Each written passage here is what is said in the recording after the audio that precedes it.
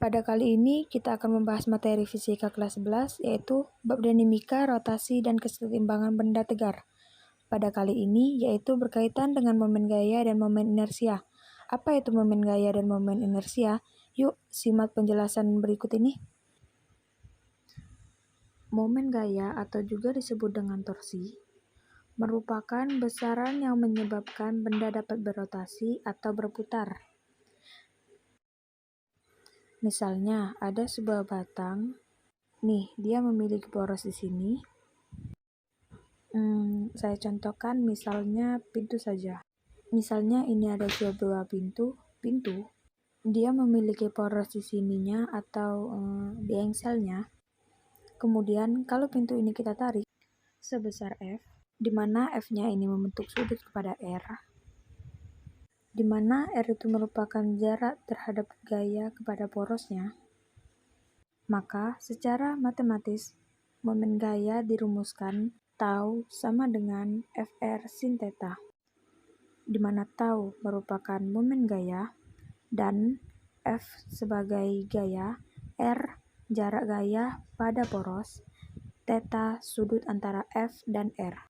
Nah, sekarang apabila gayanya dia tegak lurus dengan R seperti ini. Tegak lurus karena dia di sini membentuk siku-siku. Maka tau dirumuskan dengan tau sama dengan F kali R.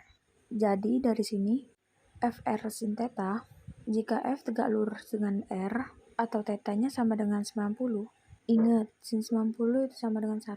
Jadi, FR kali 1 itu sama dengan FR. Nah, kalau tegak lurus, itu rumusnya tau sama dengan FR. Nah, momen gaya itu merupakan besaran vektor, itu dia memiliki arah.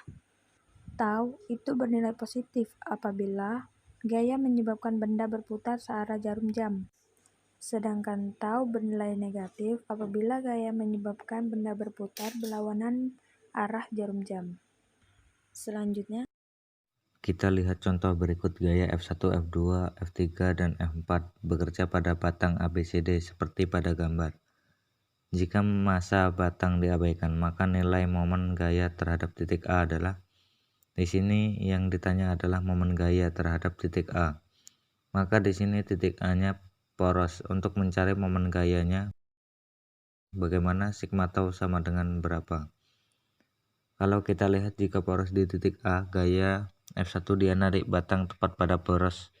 Apakah batang poros ini akan berputar? Dia tidak akan berputar, atau tau 1 bernilai 0 karena F1 bekerja pada poros sehingga tidak menyebabkan benda berputar atau berotasi. Sedangkan di sini F2 dia narik batang ini ke bawah porosnya di titik A. Berarti batang ini dia akan berotasi searah dengan jarum jam. Tau 2 nilainya positif. Kemudian F3 dia narik batangnya di sini, kalau porosnya di titik A, batangnya ditarik ke atas, maka batangnya dia akan berotasi berlawanan dengan jarum jam, sehingga nilai tau 3 negatif. Dan nilai F4 batangnya narik ke bawah. Ini berarti batangnya ini akan berotasi searah dengan jarum jam, atau tau 4 nilainya positif sehingga sigma taunya sama dengan tau 2 negatif T3 plus T4, atau sigma tau F2 dikali R2 negatif F3 kali R3 ditambah F4 kali R4, atau sigma tau sama dengan 4 kali 2. Jadi M-nya kita ambil jarak dari porosnya dikurangi F3 sama dengan 5 kali R3 3 meter tambah M4 10 kali R6 meter, sehingga sigma tau 4 kali 2 8 dikurang 5 kali 3 15 tambah 10 kali 6 60, sehingga sigma tau 3 Newton meter. Lihat contoh lainnya. Di sini ada gaya F1, F2, dan F3 bekerja pada batang ABCDE seperti pada gambar. Jika masa batang diabaikan, maka nilai momen gaya terhadap titik C berapa? Nah, di sini dia yang ditanyakan adalah momen gaya terhadap titik C. Artinya, kita anggap poros pada titik C. Nah, untuk mencari resultan gayanya bagaimana? Kalau porosnya di titik C, berarti F1 dia menarik batangnya ke atas seperti ini. Maka batangnya dia akan berotasi searah dengan jarum jam. Kemudian F2 dia narik ke arah titik D seperti ini, berarti dia juga akan berotasi searah dengan jarum jam.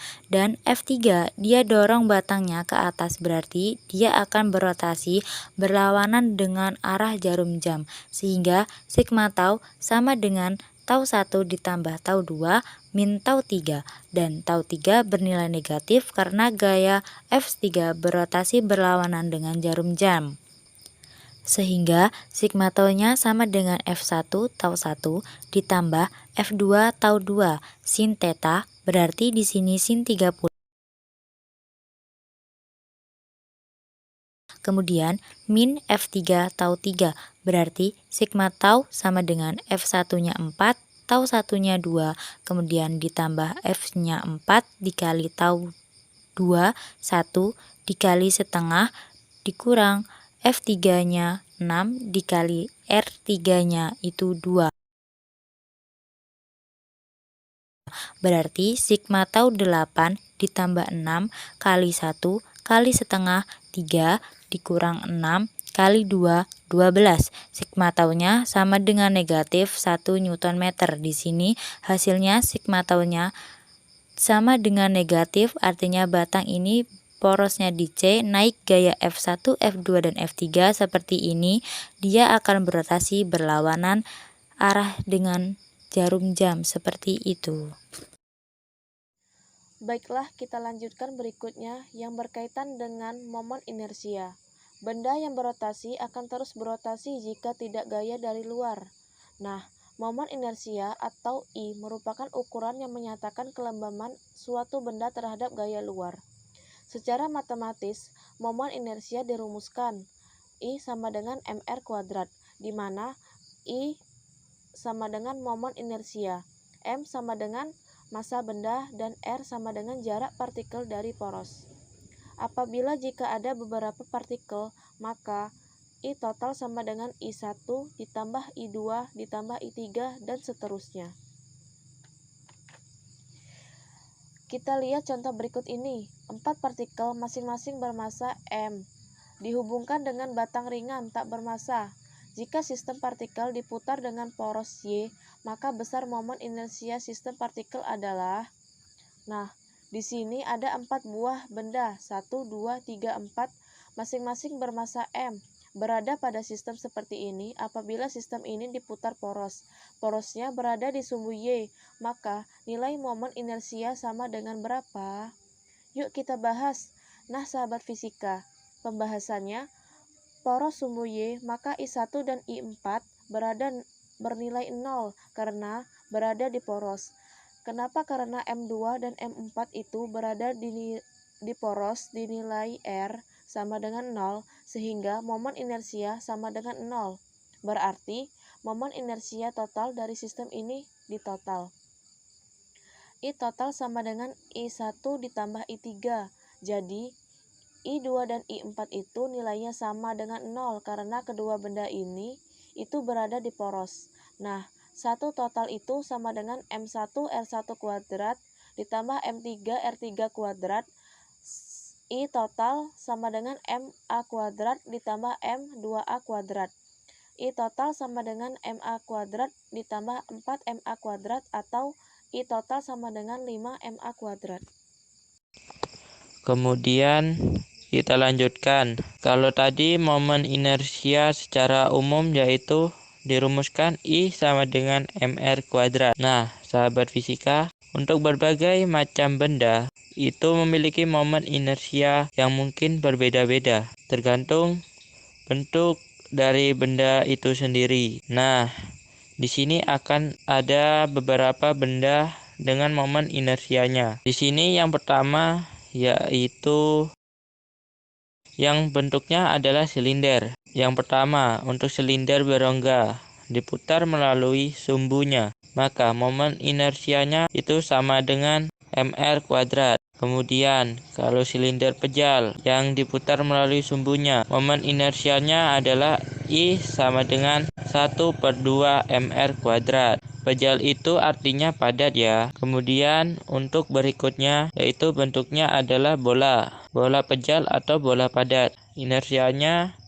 dirumuskan I sama dengan 2/5 mr kuadrat. Sedangkan untuk bola berongga inersianya dirumuskan I sama dengan 2/3 mr kuadrat. Berikutnya untuk bentuknya adalah batang silinder. Untuk batang silinder dengan poros melalui pusat, momen inersianya I sama dengan 1/12 ml kuadrat. Sedangkan untuk batang silinder dengan poros di ujung, momen inersianya dirumuskan I sama dengan 1/3 ml kuadrat. Berkaitan dengan momen inersia pada batang silinder, di sini ada teorema sumbu sejajar di mana jika poros bergeser X dari pusat, maka momen inersianya dirumuskan I sama dengan 1/12 ml kuadrat ditambah mx kuadrat, di mana x-nya itu merupakan pergeseran dari pusat.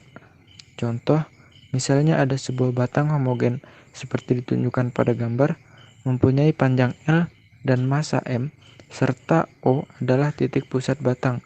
Tentukan momen inersia batang jika diputar di titik P. Jadi di sini O ini merupakan titik pusatnya. Kemudian pertanyaannya, jika batang ini diputar di titik P atau porosnya adalah titik P, nah berarti dari pusat ke titik P kan dia bergeser sejauh 1/4 L, atau berarti X-nya adalah 1/4 L. Maka nilai momen inersianya itu sama dengan I sama dengan 1/12 ml ditambah M dikali X-nya adalah 1/4 L. Dikuadratkan jadi I sama dengan 1/12 ml kuadrat ditambah 1/16 ml kuadrat, atau I sama dengan 7/48 ml kuadrat. Seperti itu.